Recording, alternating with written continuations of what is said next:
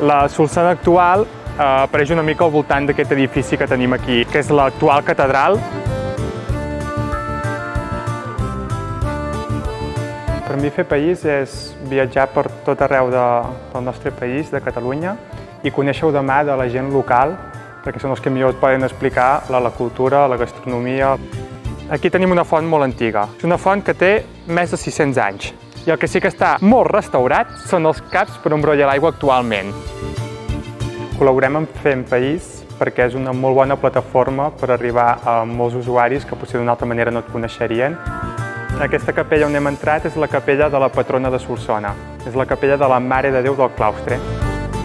La gent que vingui aquí a Solsona es trobarà amb una població que és completament viva, que podrà conèixer els edificis, la història, la gastronomia, els gegants, una de les grans tradicions que trobem aquí. Gegant vell i geganta vella, geganta jove i gegant jove. Es trobarà guies locals que els explicaran com ningú i que segurament us sabran transmetre perquè estem tan orgullosos de ser d'aquí, de Solsona. Aquesta experiència ha sigut realment un regal. Jo soc Solsona, de cognom, i van dir, mira, m'agradaria poder anar a Solsona.